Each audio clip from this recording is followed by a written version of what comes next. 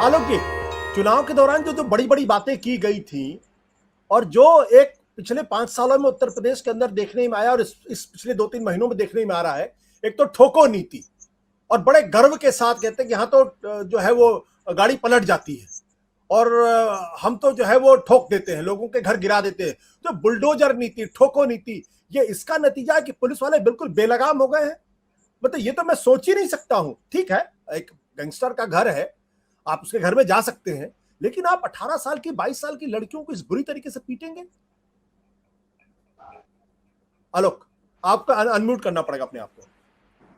देखिए, चुनाव के पहले और पिछले 5 सालों का जो कार्यकाल है उसको अगर देखेंगे तो ये जो घटना है उसके तारतम्य में लगती है। एक साथ ऐसा लगता है उसी सिलसिले की एक कड़ी है।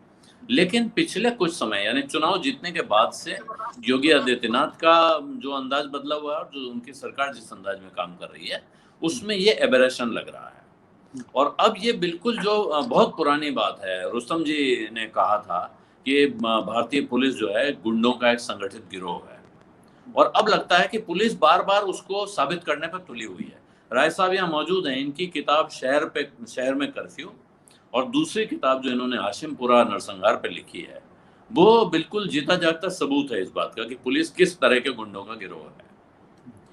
इसमें जो सवाल है इस घटना में, क्या पुलिस के पास सर्च वारंट था? पहला सवाल तो ये है, क्योंकि कहा गया कि पुलिस दबिश देने गई थी और दबिश में वो आदमी तो मिला नहीं जो यादव था, उसका नाम भूल गया मैं, लक्ष्मण यादव ऐसे कन्हैया यादव।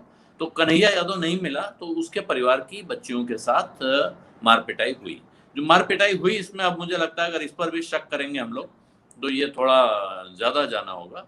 जो दूसरी लड़की गवाही दे रही है वो तो साफ साफ कह रही है कि मेरी पिटाई हुई और साथ में मैं दूसरे कमरे में मेरी बहन की पिटाई की आवाजें सुन रही थी, उन पुलिस वालों की गालियां सुन रही थी। तो इसके बाद अगर पुलिस के रहते, क्योंकि पुलिस के निकलने से पहले ही वो वहां लटकी हुई पाई गई या लेटी हुई पाई गई, कहा गया कि इसने आत्महत्या कर ली है, तो फिर ये हिरासत में मौत का मामला क्यों नहीं बनेगा? टेक्निकल सवाल ये है। एक अभी राय साहब ने कहा, मैं भी अब तक सोच रहा था कि ये आत्महत्या के लिए उकसाने का मामला बनता है, जो बिल्कुल बनता है, लेकिन साथ में ये डेथ अंडर पुलिस कस्टडी, हिरासत में मौत का मामला बनता है। क्योंकि अगर पुलिस ने किसी जगह को अपने कब्जे में ले रखा था, वो वहां तलाशी ले रही थी, वहां पर एक लड़की मर जाती है आत्महत्या करके कथित तौर पर, तो ये तो हिरासत में मौत है। इसकी बिल्कुल उस अंदाज में जांच होनी चाहिए। और हो सकता है, मैं बहुत बेनिफिट ऑफ डाउट देने को तैयार हूं आज की तारीख में योगी आदित्यनाथ को, कि हो सकता है कि ये उनके सीधे निर्देश नहीं है। लेकिन अब यहाँ गणित भी आती है। ये जो अपराधी है ये कन्हैया यादव है, अपराधी जिसे कहा जा रहा है। जो थानेदार साहब हैं जो इस अभियान को लीड कर रहे हैं वो यूपी सिंह है। तो ये जो सिंह और यादव कॉन्फ्लिक्ट है वो भी यहाँ सामने आ रहा है। और अगर हिमांशु जी से आप पूछेंगे तो बताएंगे कि ये बहुत बड़े पैमाने पे एंगल प्ले आउट हो रहा है। वहाँ कहा जा रहा है कि साहब जात देख के अटैक किया गया है। और कन्हैया यादव के बारे में जितनी जानकारी मेरे पास है, हिस्ट्री शीट कितनी मामलों के बाद खुलती है और हिस्ट्री शीटर किसे कहा जाता है, इस पर राय साहब ज्यादा रोशनी डाल पाएंगे। मेरी जानकारी में 2 मुकदमे हैं उसके खिलाफ, 2 मामलों में वो दर्ज हैं अपराध। और वो कोई बालू का गिट्टी का धंधा करता है जिसमें हो सकता है कि वो अवैध बालू भी उसके पास आती हो, तो उसके लिए वो पुलिस को पैसा भी देता हो। तो पुलिस कब किसको अपराधी बना देगी और कब किसको अपना साथी बनाएगी, मुखबिर बनाएगी, ये खेल पुलिस बहुत अच्छा जानती है। लेकिन यहाँ वो पुलिस वाले क्या कर रहे हैं जिन्होंने ऑपरेशन किया, उनको तो आप किनारे रखिए, उनके खिलाफ तो जांच, गिरफ्तारी, मुकदमा सब होना चाहिए। लेकिन उनके ऊपर के अफसर जो क्लीन चिट दे रहे हैं कि साहब ये तो आत्महत्या है, जो पोस्टमार्टम करवा दे रहे हैं जल्दीबाजी में और उसके बाद क्रिमेशन भी करवा दे रहे हैं, और जैसा राय साहब ने कहा जिन मामलों में विसरा सुरक्षित रखा जाता है वो समझ लीजिए कि वो केस बिगड़ गया, उन लोगों के खिलाफ क्या कार्रवाई हो रही है, ये ज्यादा महत्वपूर्ण सवाल है। क्योंकि अगर उन पर कार्रवाई होगी तो नीचे वालों पे अपने आप हो जाएगी। और क्या इनके तार कहीं जुड़े हैं, क्या इन्हें किसी ने कहा है?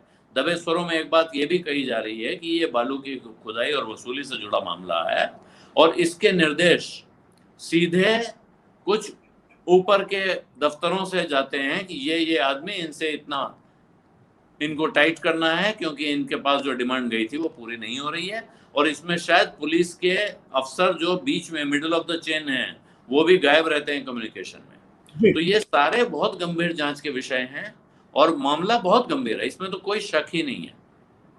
ये अकल्पनीय है कि किसी एक अपराधी को पकड़ने के लिए आप जाएं, उसके घर में जाएं, उसके बच्चों की पिटाई करें, वो बच्चे छोटे बड़े हो सकते हैं। बिकरू कांड में यही देखा जाता है कि वो जो अपराधी था विकास दुबे, उसकी पत्नी को गिरफ्तार कर लिया गया। अब उसकी कितने उसके साथ अत्याचार हुए नहीं हुए मुझे नहीं मालूम है, लेकिन 2.5 महीने हुए थे शादी के, 2.5 महीने की शादी थी जी। तो उसका क्या अपराध था ये पता नहीं है, लेकिन वो जेल में रही। इसी तरह तो आप जिसको पकड़ना है उसको पकड़ नहीं पा रहे हैं। भाई आप अगर बड़े अच्छे काबिल पुलिस वाले हैं, इतनी बढ़िया आपको जानकारी है, तो आपको ये जानकारी रखने में कितना वक्त लगता है कि इंसान इस वक्त घर पे है कि नहीं है, या घर पे नहीं है तो कहाँ उसके ठिकाने हैं जहाँ वो छिपा हुआ हो सकता है। इसको करने के बजाय ये तो बहुत प्रिमिटिव तरीका, और इसको मेरा ख्याल राय साहब बताएंगे कि पुलिस वालों में क्यों ये होता है कि परिवार वालों को पकड़ लो, उनकी पिटाई शुरू कर दो। मैं राय साहब के पास ही जाता। राय साहब, पुरानी बात अगर आप याद करें तो ये गुंडे बदमाश डकैत भी बिल्कुल यही फॉर्मूला अपनाते थे कि जाके उसके परिवार का एक आदमी पकड़ लिया, उसकी पिटाई करनी शुरू की कि जा पकड़ के ला। और बिल्कुल वही जो तरीका है पुलिस भी अपना रही है। तो फिर पुलिस में और डकैतों में फर्क क्या है? इस सवाल का जवाब ढूंढना होगा।